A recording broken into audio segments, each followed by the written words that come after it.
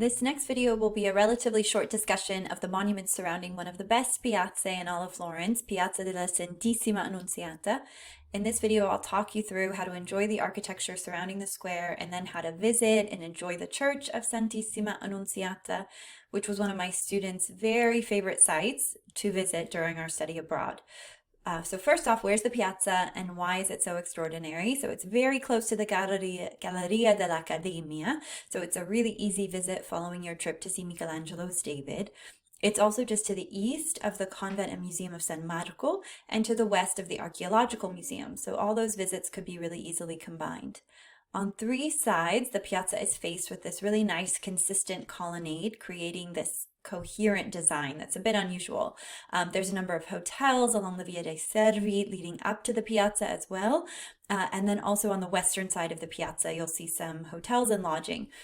To the southern end, there's some palazzi, including the Palazzi Grifoni, or Palazzo Grifoni. And then also in the piazza, there's a large equestrian sculpture of Ferdinando de' Medici, who was the son of Cosimo Primo de' Medici, so one of the Grand Dukes of Florence. Ferdinando became the Duke after his brother Francesco died, and this particular equestrian sculpture was cast from bronze that was, or they were able to get it during a military victory. There's also two prominent fountains with kind of monstrous figures on them. So a key monument there is Ospedale degli Innocenti, which was designed by Filippo Brunelleschi, also the architect of the cathedral dome. The architecture related to the design began around 1419. You have some wonderful classical references here, and the look of the sculpture will really dominate Florentine design and architecture for much of the 15th century. And you'll see that it's much more minimal than kind of the Gothic churches that you would see earlier. So Brunelleschi used some consistent measurements for each bay. He would use the length of a column, and this creates this very coherent and cohesive design. When you enter into the loggia, you see these smooth sail vaults, and again, that kind of consistency of design. It's dominated by squares and circles, these design elements that were popular in the early to high Renaissance. There are also wonderful Della Robbia ceramic roundels that reinforce that circular design, and you see little swaddled babies, which remind us that the Ospedale degli Innocenti is a foundling hospital, or it functioned as a foundling hospital to take in orphans. On each side, you have these pilasters that really punctuate the side of the design, and you have that really nice symmetry. There was going to be additional kind of temple-like designs on the upper part, but these were never completed. The patron was the Guild of the Silk Merchants and the Goldsmiths, of which Brunelleschi was a member. It was built as a foundling hospital, as I mentioned, or an orphanage to take care of those abandoned or parentless children. There's this kind of lazy Susan device where children could be left, kind of similar to a safe surrender site today. And in recent decades, there's a high-tech safe surrender site that has returned to Florence, very close to the Palazzo Vecchio. It looks a little bit like an ATM, but it's like you could leave a baby there, and I don't think anyone's left a baby there yet. To the right-hand side, you'll see an entrance to the museum, and you can also go up to the rooftop cafe, and it's just wonderful. All right, let's head over to Santissima Annunziata. That's the church that you see on the square, and of course it's dedicated to the Virgin, and the main idea is there is a miraculous image within this particular church, and it's this miraculous image that leads so many pilgrims to come and visit that particular church, and why it's so popular and considered such a special site. So people do bring offerings to this miraculous image. And it is important to keep in mind that it is a free place to visit. On every time I've visited, it has been free, but just in case, you never know if that will change, because of course fees are important to maintain these churches, and also to keep them open during the lunch hour. So when you enter in, you'll see what's called the Chiostrino delle Voti, and this is unlike other churches in the city. So because so many people made offerings at this church, they needed a place to receive them, and this cloister became the designated location.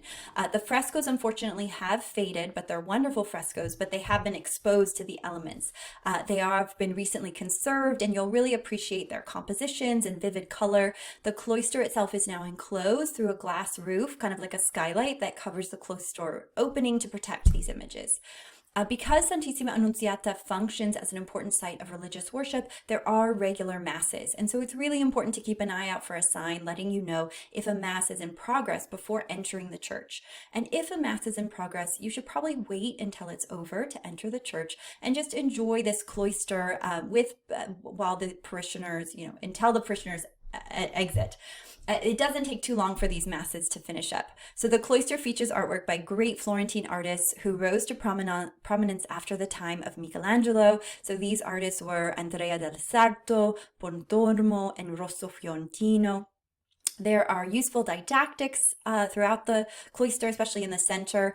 And so of particular note, Pontormo's Visitation from 1514, you see the Virgin and Elizabeth encounter each other in this kind of round temple-like space. The colors are rich oranges and icy pinks, which were really common in this period as a result of Michelangelo's tendency to use these kind of vivid color juxtapositions in his paintings. There's a curious nude boy who positions himself on the stairs and a woman gazing out at the viewer.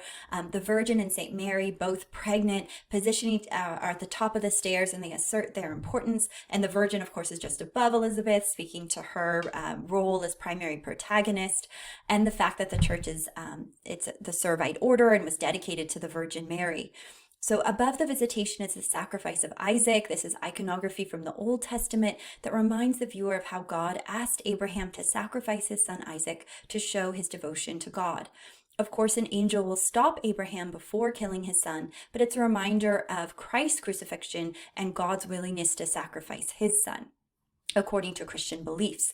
In a similarly bright color palette, we also see the Assumption of the Virgin from around 1517. This is by Rosso Fiorentino, and it shows another scene from the life of the Virgin, this time from the end of her earthly life as she swirls into heaven while the apostles look on in wonder below.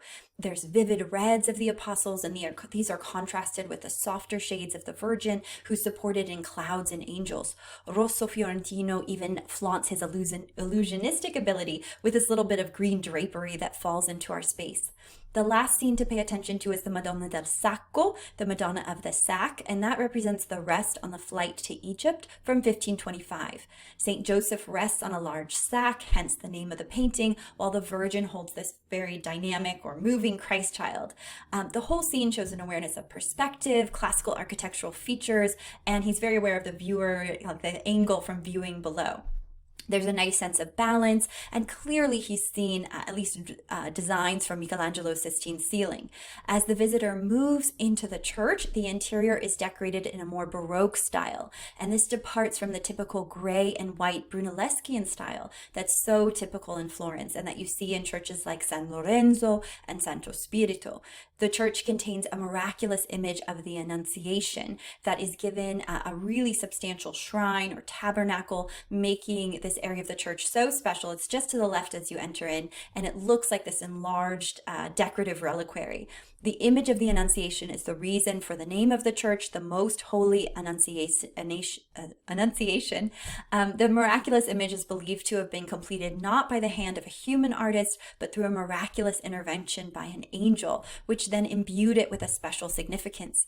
The surrounding marble tabernacle glitters with candles and metalwork. The tabernacle itself was designed by Michelozzo, an important early Renaissance architect, but the shrine itself became a more elaborate Baroque structure through later additions. After appreciating this sacred shrine and image, there are three more things to take note of in this particular church. First, there's the funerary monument of Baccio Bandinelli, which is a Pietà from 1554 to 59. In this Pietà, Bandinelli portrays himself as Joseph of Arimathea. Following the crucifixion, he's holding the body of Christ. Bandinelli was the sculptor of the large Hercules and Caicus in front of the Palazzo Vecchio. He also carved the Orpheus, which is now on display in the Palazzo Medici in the courtyard. He worked for the Medici Grand Duchy in the 16th century and seems to have never been able to escape from underneath the shadow of Michelangelo's great sculptural accomplishments. This work, however, is a reminder that many artists were buried at Santissima Annunziata, including Bandinelli, and his wife is also buried there.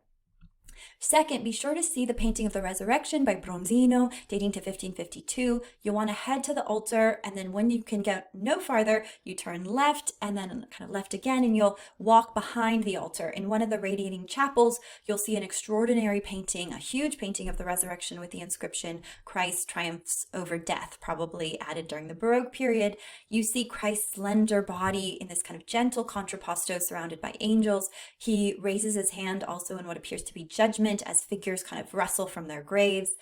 You have these jarring colors and swirling forms, and it also reminds us of Bronzino's work in Santa Croce, which features Christ in purgatory, a kind of a similar composition. Both paintings, the Resurrection in Santissima Annunziata and the Purgatory painting in Santa Croce, are always a real treat to see due to Brunelleschi's wonderful skills, painting abilities, the large size of the paintings. It's also a treat to see this painting in an original location when these paintings are so frequently moved to museums. So I've encountered this painting in kind of the darkness of late fall. I've seen it in the heat of the summer, and the colors and the manner of the encounter always change, but it's dramatic and it's exciting. It's always a great painting to see.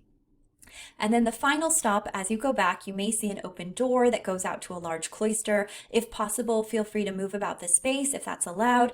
The space is also close to the recently restored Cappella di San Luca, or Cappella dei Pittori, which was a meeting space and worship space for artists. In particular, it features a wonderful painting by Giorgio Vasari of St. Luke, where St. Luke is painting the Virgin Mary. The chapel is usually not open to the public, but there has been a recently completed restoration, so maybe it will open to the public eventually. Around this area to eat and to stay, there's always the supermarkets that are nearby. You can grab an inexpensive meal, take that back to your hotel room or your apartment that you're renting. Remember, probably not a great idea to eat on the streets. If you prefer a restaurant, try the Ristorante Skipper, which is just a quick walk from the piazza, and you can enjoy a change from Tuscan food and eat something from the Sicilian menu and enjoy those delicious cannolis. And then lastly, for a place to stay, I did enjoy the Residence Hilda. I recommended this in the Academia video. It's really just steps from the piazza. It has these nice apartment style rooms. You can do your own cooking with their kitchenettes, and you have a little bit more privacy with the living and sleeping spaces separated. It's very close to the Duomo and relatively close to the train station as well. Okay, I hope this overview of the Piazza, the Ospedale, and the church, the complex of Santissima Annunziata, was helpful. As I mentioned, this was one of my students' favorite spots during their study abroad experience, so I hope you have time to enjoy it as well. Please leave any comments or suggestions below, and thanks for watching.